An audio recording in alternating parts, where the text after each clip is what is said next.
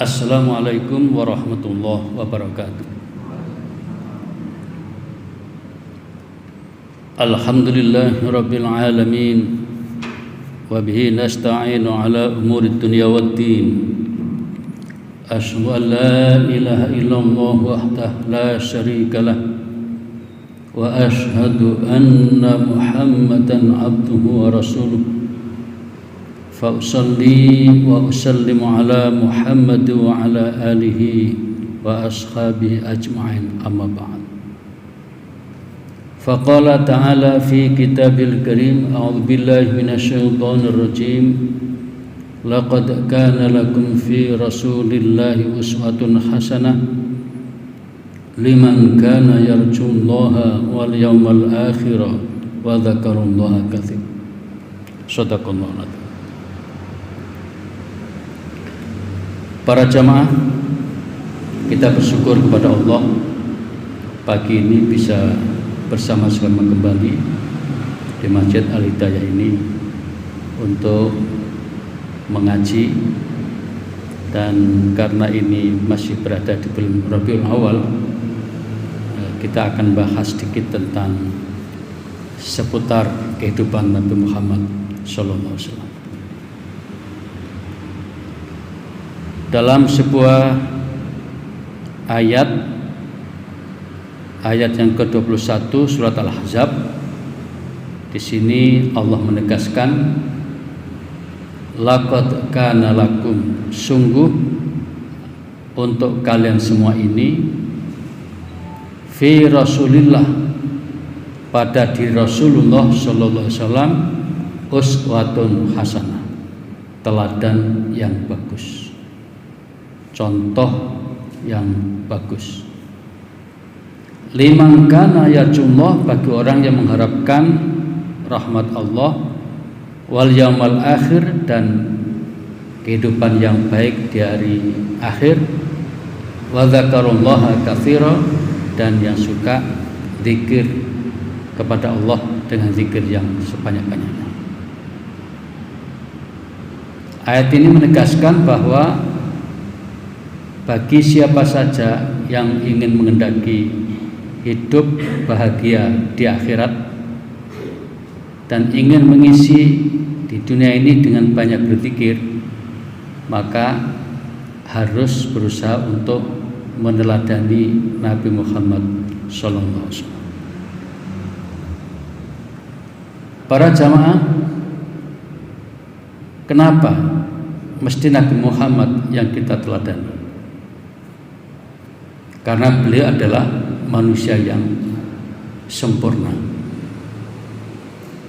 Dia adalah manusia yang istimewa, yang unggul, yang memiliki sejumlah kesempurnaan sebagai manusia.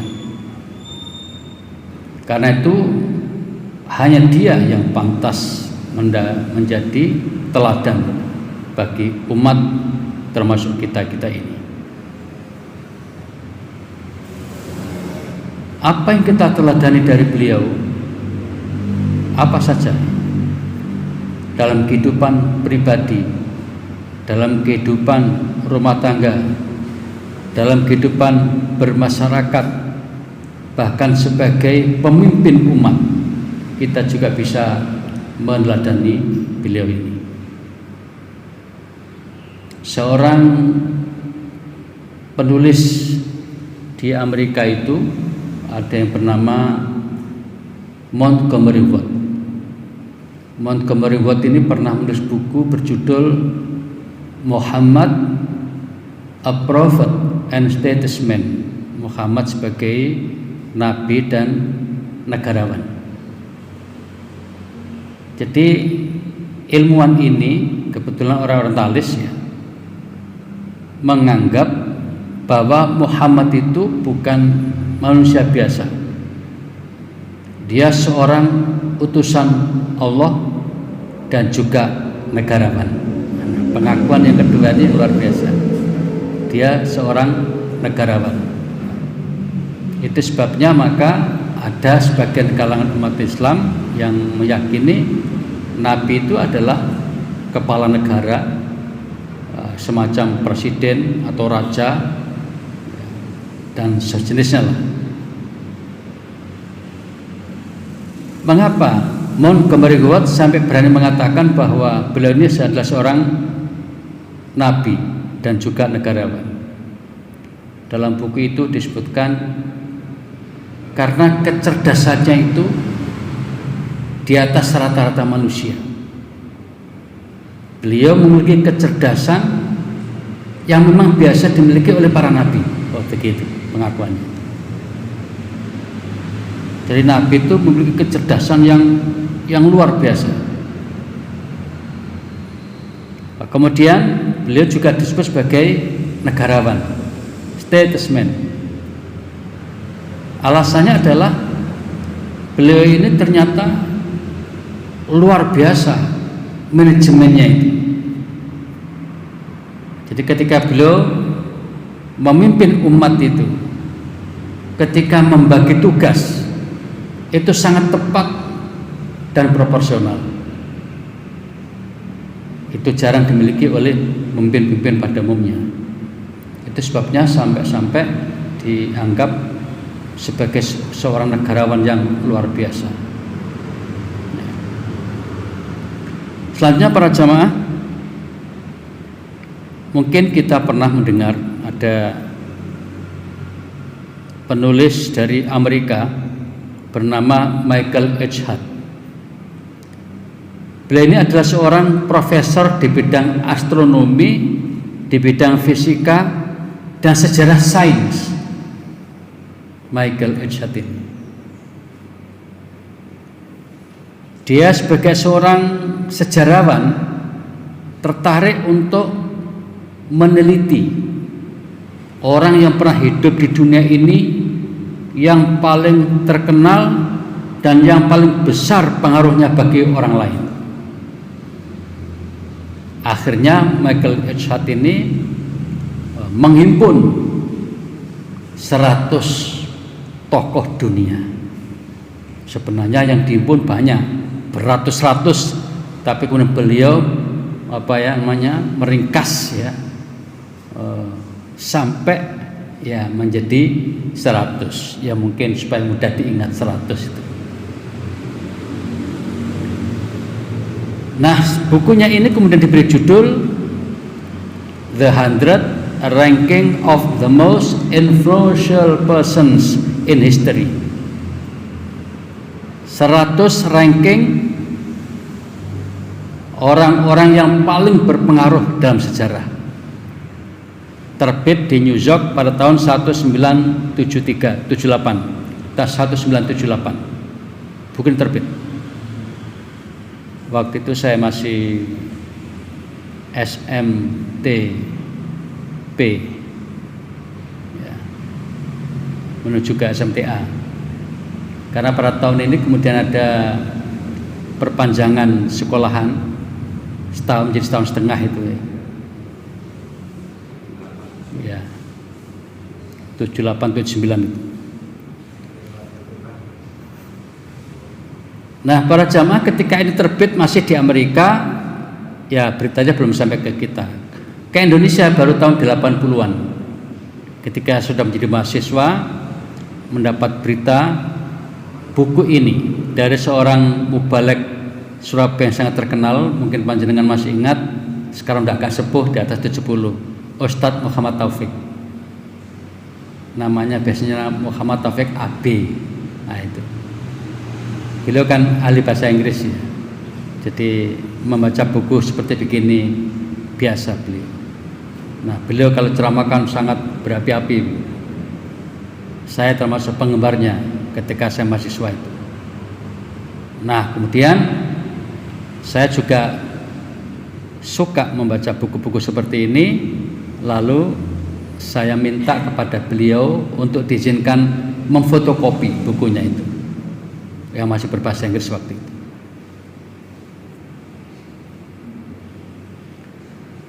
Nah, para jamaah, di dalam buku ini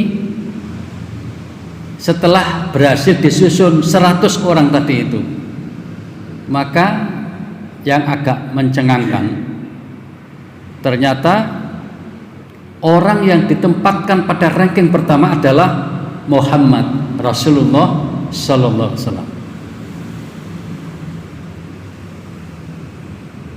Padahal profesor ini orang yang beragama Katolik, tinggal di Amerika Serikat. Ya, dia menyadari bahwa tulisannya ini ketika diterbitkan akan menimbulkan banyak pertanyaan dari para pembaca. Maka sebelum ditanya sana sini, dia tulis sendiri di bagian pendahuluan itu, di prakata atau ya mukadimahnya itu. Beliau mengatakan bahwa my choice of Muhammad to lead the list of the world's most influential person maybe surprise some readers. Jadi kata dia, pilihan saya jatuh pada Muhammad untuk memimpin pada ranking pertama dari 100 orang itu. Bisa saja menimbulkan surprise, kejutan bagi beberapa pembaca. Tetapi saya punya alasan sendiri mengapa saya menempatkan dia nomor 1. Dia mengatakan, but he was the only man in history who was supremely successful on both the religious and secular levels. Nah ini, karena dia adalah satu-satunya orang, the only man in history, satu-satunya orang dalam sejarah yang telah meraih sukses yang luar biasa, puncak kesuksesan dalam 2 hal sekaligus, yaitu masalah keagamaan dan masalah keduniaan. Ini pengakuan Michael Edgard. Nah, kebanyakan kata Michael ini, orang sukses itu ada yang hanya sukses masalah keduniaan saja, ada yang sukses hanya masalah spiritual saja. Dan Muhammad ini tidak, dia sukses dalam 2 hal sekaligus. Jadi berpengaruh kepada manusia, menjadi orang yang sangat dekat pada Tuhan, berpengaruh pada manusia, menjadi orang yang kreatif, dan menjadi orang yang berkemajuan. Makanya pada abad-abad pertengahan itu kan banyak ilmuwan muslim menguasai dunia ini. Nah, sekedar untuk tahu para jamaah bahwa dari 100 tokoh orang tadi itu, setelah nomor 1 adalah Muhammad Nabi kita itu, yang kedua adalah Isaac Newton. Isaac Newton ini ditengarai orang yang telah berhasil ya membangun dunia ini menjadi modern. Jadi pengaruh sampai kepada listrik, mesin segala macam ya sebab modern itu diantaranya adalah pengaruh dari Isaac Newton. Kemudian yang ketiga adalah Yesus, Nabi Isa alaihissalam, itu diurutkan nomor 3. Alasannya adalah Yesus ini atau Nabi Isa ini berpengaruh besar bagi kehidupan keagamaan spiritual. Dan mungkin kita boleh mengakui bahwa manusia terbanyak di dunia adalah penganut Yesus. Tanda petik Kristiani maksudnya ya. Sekarang di dunia ini Islam nomor 2 kalau nggak salah ya. Nah kemudian yang keempat, Siddhartha Buddha Gautama, yang pendiri atau pelopor agama Buddha itu ya, itu di-ranking oleh siapa ini? Michael Edgard nomor 4. Baru kemudian nomor 5 adalah Konghucu atau Konfusiusnya itu. Konfusius, agamanya namanya Konghucu.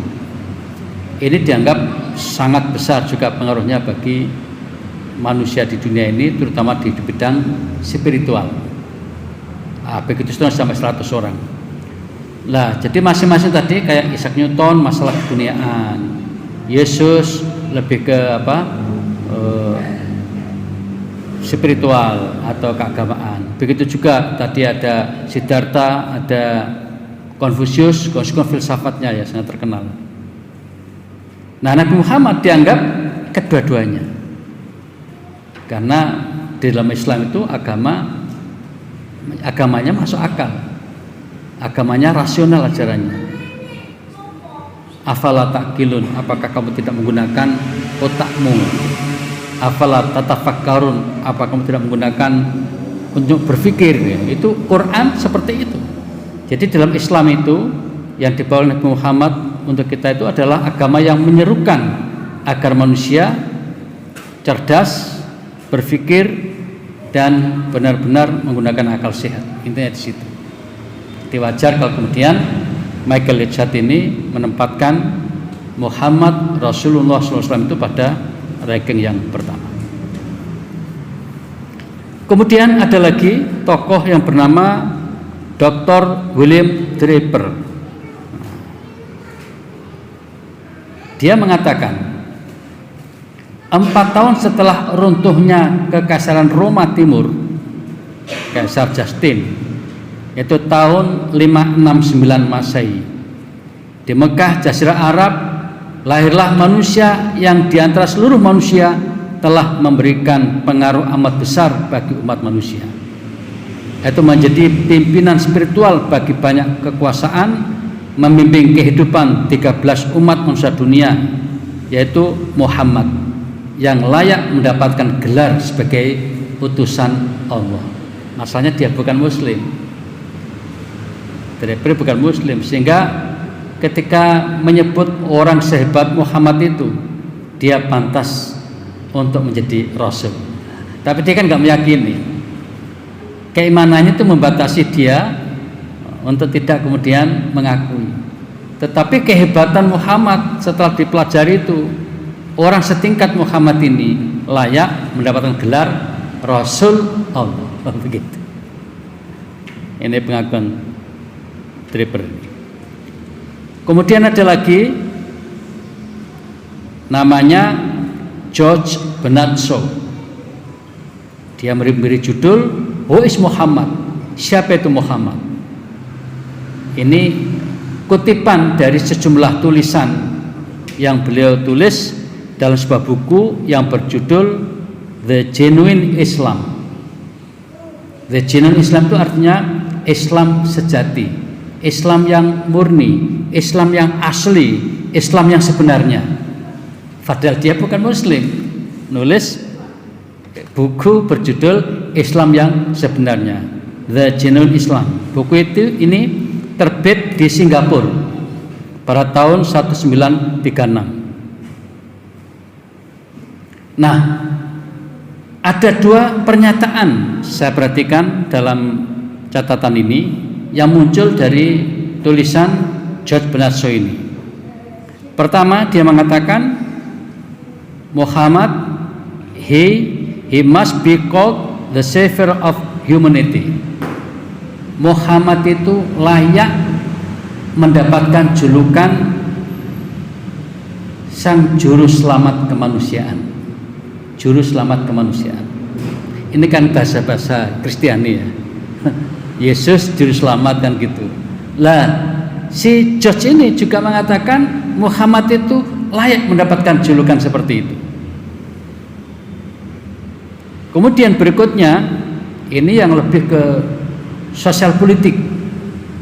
Ini jarang orang yang mengakui di sini, tapi George Bernard Shaw berani mengatakan bagaimana pengaruhnya Muhammad dalam dunia sosial politik.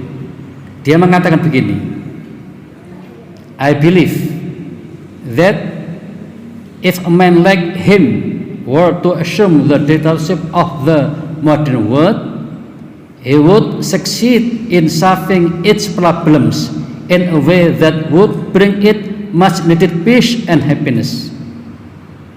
Saya yakin, kata George Bernard Shaw, bahwa andaikan ada seorang manusia yang seperti dia, seperti Muhammad maksudnya, kemudian diberi kesempatan untuk memimpin dunia modern sekarang ini yang begitu banyak problem, maka saya yakin orang ini akan sanggup mengatasi problem-problem itu dan kemudian akan membawa dunia ini kepada perdamaian dan kebahagiaan.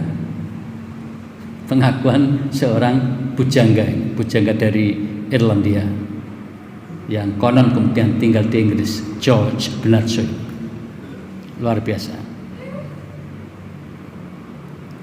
Ini orang Islam saja belum pernah saya dengar ngomong begini. Ini seorang yang bukan Muslim dalam kaitannya dengan dunia sosial politik. Di mana-mana bahkan ada orang terkesan melihat, memandang sebelah mata tentang Islam. Lah ini malah berani mengatakan, seandainya di dunia modern sekarang ini lahir seorang manusia seperti dia, seperti Muhammad, diberi kesempatan memimpin dunia ini, ya, dengan berbagai problem yang dihadapi itu, saya yakin, kata ini, dia akan sanggup menyelesaikan masalah itu dan kemudian membawa dunia pada perdamaian dan kebahagiaan. Ini lagi-lagi pengakuan dari seorang orientalis barat mengenai sosok Muhammad yang dalam keyakinan kita adalah Rasulullah Sallallahu Alaihi Wasallam. Nah, karena pengakuan yang demikian itu para jamaah, maka umat Islam sendiri yang kemudian tentu mencintai beliau, kemudian muncul gagasan bagaimana menunjukkan rasa cinta kepada beliau ini. Zaman Nabi tidak ada pikiran begitu, zaman sahabat tabi'in, nah kemudian di belakang hari itu muncul pikiran bagaimana caranya kemudian penghormatan kepada Nabi itu ditampakkan. Maka lahirlah gagasan untuk mengadakan peringatan Maulid Nabi itu. Jadi para jamaah, kalau kita lihat dari munculnya peringatan Maulid Nabi itu adalah ijtihad dari ulama, ijtihad dari tokoh-tokoh pemimpin Islam pada masa itu. Nah, di antara orang yang menjadi sandaran adalah yang bernama Sultan Salahuddin Al-Ayyubi. Di antaranya orang yang diyakini yang pernah mempopulerkan peringatan Maulid adalah Salahuddin Al-Ayyubi. Rupanya ada lagi sebelum itu, katanya dari kelompok Bani Fatimiyah, orang-orang Syiah. Jadi sebelum Salahuddin ini sudah ada usaha untuk mengadakan peringatan Maulid Nabi untuk menunjukkan rasa cinta kepada Nabi. Itu Daulah Fatimiyah. Daulah Fatimiyah adalah suatu negara yang dikuasai oleh Syiah. Jadi para pemimpinnya orang Syiah, warganya juga sebagai besar orang Syiah. Ini pernah berpusat di Mesir. Di antara jasa orang Syiah yang masih bisa dirasakan sekarang adalah berdirinya perguruan tinggi Al-Azhar di Mesir. Itu adalah orang Fatimiyah, orang Syiah yang mendirikan itu. Lah kemudian begitu Bani Fatimiyah ini tumbang, berdirilah Bani Ayyubiyah yang dipimpin oleh Salahuddin Al-Ayyubi. Nah, kemudian ketika Sultan Al-Ayyubi ini menjadi semacam khalifah atau sultan di sini namanya, maka warna Al-Azhar yang tadi relatif dominan Syiah tadi diubah menjadi dominan Sunni sampai sekarang ini. Jadi Al-Azhar sekarang didominasi oleh orang-orang Ahlussunnah wal Jamaah. Ya karena faktor Salahuddin Al-Ayyubi ini. Nah begitulah, jadi sebenarnya tentang peringatan Maulid Nabi itu tidak jelas syar'inya gitu ya. Artinya kalau tanya apakah ada sunnahnya, jawabannya tidak ada. Boleh apa tidak? Itu baru khilafiyah. Boleh apa tidak? Itu baru khilafiyah. Ada yang mengatakan tidak ada masalah selama acaranya itu intinya adalah mengenang kehidupan beliau, kemudian mempelajari ajaran-ajarannya. Dilihat dari maksud ini tentu sangat mulia, baik-baik saja. Tapi bagi yang berpendapat bahwa itu tidak pernah dilakukan pada masa Nabi, pada masa sahabat, pada masa tabi'in, bahkan juga tabi'in, ya sudah, tidak usah dilaksanakan. Kan gitu yang berkembang di masyarakat. Ya biarlah masyarakat memilih. Biarlah masyarakat memilih. Jadi dalam hal ini tidak ada keharusan harus mengadakan peringatan Maulid, tidak ada keharusan, tapi juga tidak ada larangan mengadakan peringatan Maulid, tidak ada. Siapa yang berani melarang? Paling-paling mengatakan itu enggak ada tuntunannya, iya, tapi larangan tidak ditemukan. Nah, itulah makanya di masyarakat kita di Indonesia ini sejak zaman Pak Karno peringatan Maulid itu sudah resmi diformalkan. Bahkan Istana Negara menyelenggarakan itu sejak zaman Pak Karno. Dilanjutkan zaman Pak Harto. Kemudian sampai sekarang masih. Jadi pemerintah itu ada agenda peringatan Maulid Nabi itu ada. Itu termasuk kegiatan kenegaraan. Luar biasa. Nah, pada suatu saat kita kembali ke Bung Karno. Pada suatu saat di saat peringatan Maulid Nabi, Bung Karno pernah menyambut, dan itu masih ada videonya sampai sekarang itu. Kalau panjenengan mau browsing di internet itu bisa. Jadi peringatan Maulid Bung Karno 1963 atau 64 sekitar itulah ya. Itu muncul gambar di video itu. Dan masih kelihatan berapi-apinya itu. Nah, yang menarik yang saya catat dari sambutan itu adalah beliau mengatakan kita sekarang mengadakan peringatan Maulid. Yang penting bukan siapa itu Muhammad, bukan karena Muhammadnya, bukan karena apanya, tetapi yang penting adalah bagaimana kita bisa mengenang ajaran-ajarannya dan kemudian kita bisa meneladani kehidupannya dalam kehidupan kita sehari-hari. Jadi Bung Karno lebih mementingkan isi dari kegiatan peringatan Maulid itu, yaitu mempelajari gaya hidupnya sama ajaran-ajarannya. Itu yang paling penting. Bukan glamornya, bukan acara yang meriahnya, bukan. Bahkan seringkali acara yang meriah itu melupakan yang pokok tadi itu. Itulah sebabnya pada masa Yahya Hasyim Asy'ari, pendiri NU itu pernah melarang Maulid Nabi, peringatan Maulid Nabi. Karena pada saat itu di Madiun ada peristiwa peringatan Maulid diadakan, kemudian ternyata di situ ada hiburan-hiburan, kemudian ada laki perempuan campur baur jadi satu. Nah, akhirnya Syekh Hasyim Asy'ari mengatakan ini adalah perbuatan yang mungkar. Jadi peringatan Maulid dalam keadaan seperti itu dianggap kegiatan yang minal mungkarot, bid'ah yang mungkar. Luar biasa keras itu. Nah, kemudian ada sebagian masyarakat yang ketika mengadakan peringatan Maulid itu tidak perlu dengan acara yang spesial seperti mengadakan apa begitu ya, tapi cukup dalam pengajian-pengajian. Kalau sudah masuk bulan awal lebih banyak mengingatkan kepada riwayat hidup beliau, kemudian ada penekanan-penekanan tertentu. Nah, itu nggak ada masalah. Jadi kegiatan yang rutin ya tetap aja rutin. Materi saja yang lebih difokuskan ke situ.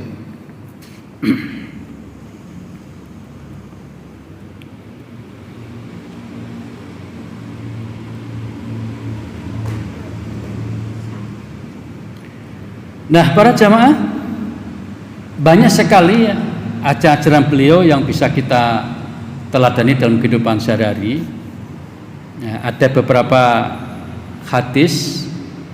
Ini hadis yang ingin saya sampaikan adalah terkait dengan medsos. Sebuah hadis riwayat Muslim. Ini saya kira penting untuk kita renungkan dan camkan ya. Beliau bersabda, "Kafa bil mar'i kadziban ayu haditha bi kulli ma sami'a." Cukuplah seseorang dikatakan sebagai pendusta, berbuat bohong. Ayu haditha bi kulli ma sami'a, jika ia menceritakan setiap yang ia dengar. Jadi kalau ada orang punya kebiasaan dengar berita dari A lalu disampaikan ke orang lain tanpa disaring, tanpa diseleksi. Jadi dapat berita lalu disampaikan. Itu termasuk perilaku dusta. Benar atau salah yang seperti itu termasuk pendusta. Nah, nanti kalau itu salah bisa menimbulkan fitnah. Kalau benar masih aman kan? Tetapi kebiasaan langsung menyampaikan kepada pihak lain itu yang sangat berbahaya. Bahasa kita sekarang adalah ikut nge-share. Ikut nge-share. Mungkin ada di Facebook, ya. Ketika baca, oh kok bagus, gitu, pemikiran kita, langsung kita share, kita lanjutkan, ya. Kita forward istilahnya. Nah, yang demikian ini berbahaya. Harusnya ketika kita dapat kiriman berita itu, kita baca dulu, kita renungkan, kemudian kita teliti apakah ini benar sumbernya ataukah tidak.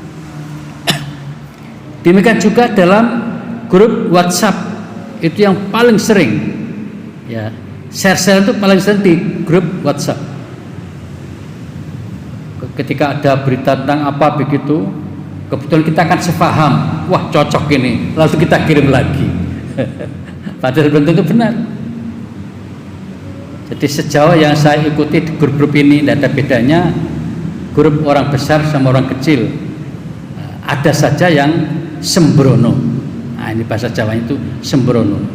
Sembrono artinya ketika dapat berita tidak diteliti dulu asalnya dari mana, kebenarannya bagaimana. Bahkan kadang-kadang hadis-hadis palsu pun ikut di-share di situ. Makanya sabda Nabi menjadi sangat penting untuk kita perhatikan. Kata beliau, kafa bil mar'i kadziban, cukuplah seseorang dianggap pembohong, pendusta, ayu haditsa bi kulli ma sami'a, jika ia memberitakan semua yang ia dengar. Nah, kalau zaman dulu kan lesan ke lesan. Nah, sekarang lebih banyak di tulisan, lebih banyak di tulisan daripada lesan. Nah, tapi lesan tetap ada, bahkan YouTube, ya. Nah, YouTube ini ya gambar, ya tulisan, ya suara, semuanya ada di situ. Nah, sehingga bagi orang-orang tertentu, wah ini cocok ini, kalau pas cocok. Padahal dalam video-video itu seringkali saya lihat antara gambar dengan tulisannya itu berbeda. Itu sudah awal mungkin karena bodohnya dia, jadi berdusta tapi dengan cara yang salah juga. Jadi akhirnya salahnya double. Udah berdusta, salah lagi. Nah, ini penting untuk kita renungkan baik-baik. Kafa bil mar'i kadziban ayu haditsa bi kulli ma sami'a. Cukuplah seseorang dianggap sebagai pendusta kalau dia itu begitu gampang memberitakan pada orang lain semua yang ia terima. Memang kadang-kadang ketika kita berada di grup itu, ya, ingin jadi pahlawan. Ingin jadi pahlawan. Maksudnya kita ingin punya kesan bahwa kita tuh paling sering dapat berita duluan. Nah, sehingga jadi pahlawan tadi itu. Dianggap orang yang paling sering memberikan berita-berita yang penting untuk grup itu. Nah, ini sebenarnya boleh, tetapi sebelum di-share lagi harusnya diteliti lebih dulu, diselidiki lebih dulu. Setelah yakin bahwa ini benar, ya sudah, silakan di-share. Niat dakwah, niatnya dakwah. Nah, bagaimana caranya kalau kita nggak punya ilmu? Ya tanya. Dapat share-sharean dari pihak tertentu, kita nggak paham, tanyakan pada seseorang yang kita yakini paham. Ustadz, saya kok dapat WA seperti ini, bagaimana menurut panjenengan? Karena hadis juga begitu, Ustadz, saya kok dapat hadis seperti ini, bagaimana ini? Nah, nanti akan diteliti oleh Ustadz yang ahlinya itu. Kemudian diberitahu bahwa oh ya ini palsu, ini hadisnya sangat lemah, oh ya ini sahih misalnya. Itu bisa dijelaskan, Di zaman modern sekarang ini, seperti laptop yang saya punya ini isinya ratusan ribu hadis dan berpuluh-puluh kitab tafsir dunia yang sangat terkenal itu ada semuanya di laptop ini. Jadi tinggal sekarang mau baca apa tidak, ada semuanya di sini. Itulah kehebatan perkembangan teknologi luar biasa. Kalau dulu perpustakaannya begitu besar, sekarang di laptop kecil sudah ada semuanya di situ. Bahkan tidak usah repot-repot ngambil buku, langsung tetek-tetek buka halaman berapa. Dan lengkap. Ada yang dengan tafsirnya, ada yang dengan penjelasannya. Oh, pokoknya kita ini nggak kekurangan lah kalau ingin dapat ilmu itu. Semuanya sudah disiapkan. Kembali pada materi yang ini para jamaah. Jadi mari kita dalam momentum memperingati Rabiul Awal ini, lahirnya Nabi ini, hadis ini perlu kita pegang betul. Jadi jangan sampai kita itu ikut-ikutan gampang nge-share. Yang paling banyak kan di grup WA itu ya. Walaupun mungkin bisa di Twitter, bisa di Facebook, bisa di SMS, bisa di apalagi Instagram atau apa. Tapi di grup WA itu yang paling sering bermunculan. Jadi kita catat baik-baik, kita harus menjadi orang yang selektif supaya tidak masuk kelompok kadziban, orang dianggap pendusta. Kemudian hadis yang kedua para jamaah, ini juga penting. Yang kedua ini hadis sahih riwayat Abu Dawud. Kalau tadi yang pendusta tadi adalah Sahih Muslim. Nah, riwayat Abu Dawud ini menceritakan suatu saat ada seorang sahabat Nabi bernama Abu Jurai, Jabir bin Sulaim. Nama sahabat Nabi Abu Jurai, Jabir bin Sulaim. Beliau datang menemui Nabi, kemudian minta nasihat.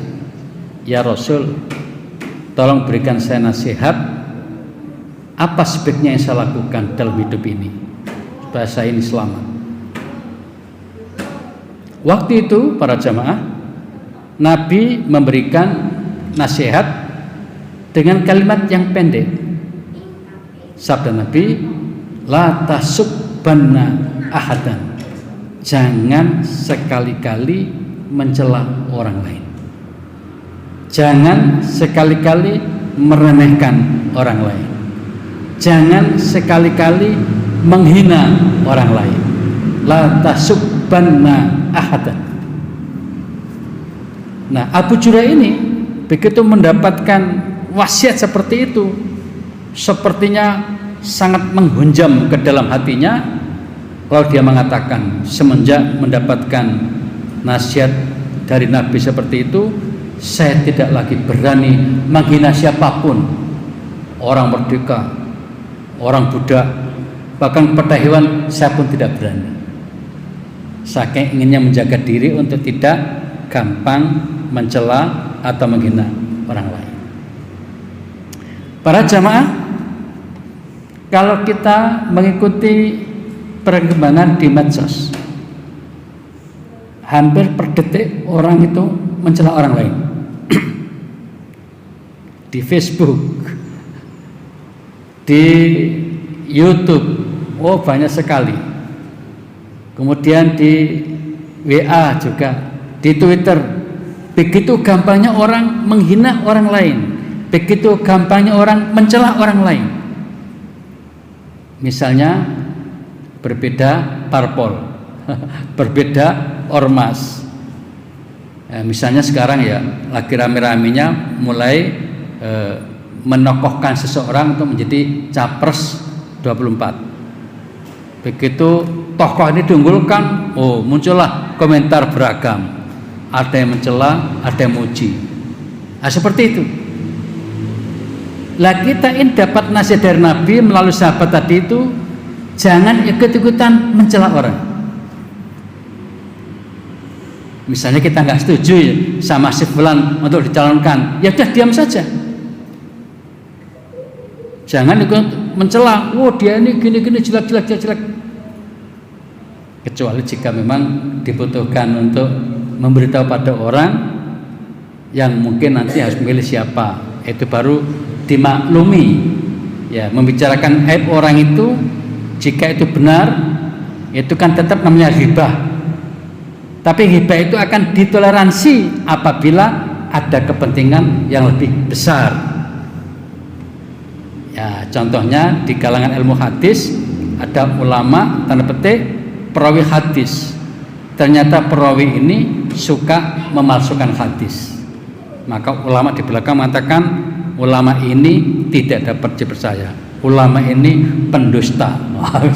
Dibolehkan menunjukkan celahnya seperti itu. Kenapa?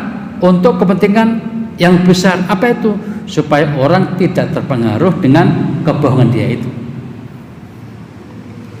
Nah, jadi kembali kepada nasihat Nabi kepada Abu Jurai, la tasubbanna ahadan, jangan sekali-kali menghina siapapun orang itu. Orang tua kepada anak-anak, anak-anak kepada orang tua, kepada sebaya, jangan. Hindari betul. Jangan suka mencela, jangan suka menghina, jangan suka meremehkan orang lain. Nah, itulah para jamaah di antara beberapa ajaran Nabi ya, yang perlu kita renungkan baik-baik. Ya, selain kita juga mengetahui bagaimana unggulnya kepribadian beliau itu, kita juga mempelajari sebagian dari ajaran-ajarannya. Pagi ini paling tidak 2 hal ada ajaran tadi itu. Yang pertama, kita tidak boleh gampang-gampang nge-share kalau dapat berita dari orang lain. Jadi diseleksi dulu, dicermati dulu. Kalau sudah kita yakin benar, setelah melalui konsultasi segala macam, silakan di-share. Nah, share-nya begini nih, diniati dakwah, gitu kan, supaya orang mendapatkan tuntunan. Kemudian pelajaran yang kedua tadi adalah tentang jangan suka meremehkan orang lain. Jangan gampang-gampang menghina, meremehkan, apalagi mencela orang lain. Sebab ketika kita melakukan itu, pada saat yang sama kita punya kesombongan yang besar. Kita menganggap diri kita ini lebih baik dari orang itu. Jangan. Kalau kita membaca kehidupan ulama-ulama yang sangat-sangat dekat pada Allah itu, mereka malu ketika akan mati itu. Bahkan dapat ampunan beliau itu pun malu. Kenapa? Merasa banyak dosa yang ia lakukan. Walaupun dia sebenarnya butuh ampunan dari Allah itu. Demikian para jamaah yang bisa saya sampaikan pada pagi hari ini. Mudah-mudahan kita diingatkan kembali tentang keistimewaan Nabi Muhammad SAW. Dari situ kemudian kita berharap tumbuh rasa cinta kita kepada beliau yang semakin meningkat. Kemudian dengan beberapa hadis yang kita sampaikan tadi, mudah-mudahan menjadi patokan dalam hidup kita. Yang pertama, selektif dalam menerima berita. Yang kedua, tidak gampang mencela orang. Sebaliknya, ingin terus berusaha untuk menghormati siapapun, menghargai siapapun. Demikian, terima kasih. Saya kira itu. Mohon maaf untuk hal-hal yang kurang berkenan. Kita akhiri dengan doa kafaratul majlis. Subhanakallahumma wa bihamdika asyhadu an la ilaha illa anta astaghfiruka wa atubu ilaik. Terima kasih. Wassalamualaikum warahmatullahi wabarakatuh.